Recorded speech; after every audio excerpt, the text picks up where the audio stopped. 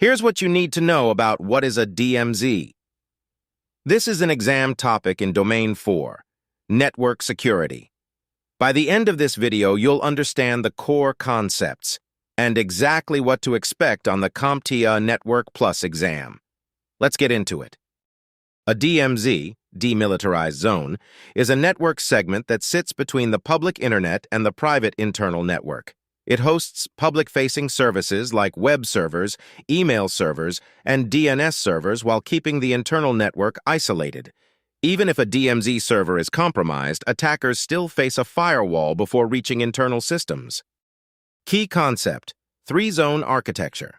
A typical DMZ uses two firewalls, one between the internet and the DMZ, and one between the DMZ and the internal network.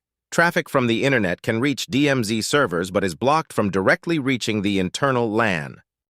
Key concept: public-facing services. Web servers, email relay servers, public DNS servers, and reverse proxies are placed in the DMZ. These services need to be reachable from the internet, but should not have direct access to internal databases or corporate systems. Key concept: isolation from internal network. DMZ servers are untrusted by the internal network. Firewall rules ensure that even if a DMZ server is hacked, the attacker cannot pivot directly into the internal LAN without breaking through a second firewall. Key concept: single versus dual firewall DMZ.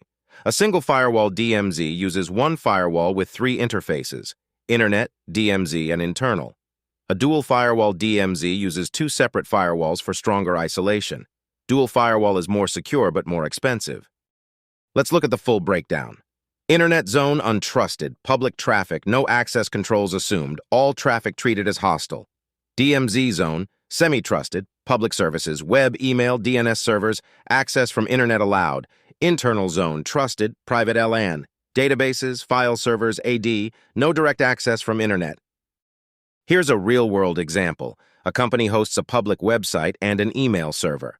Both are placed in the DMZ. When customers visit the website, traffic flows from the internet through the outer firewall to the web server in the DMZ. The web server queries the internal database server, but that connection passes through the inner firewall, which only allows specific database traffic on port 1433.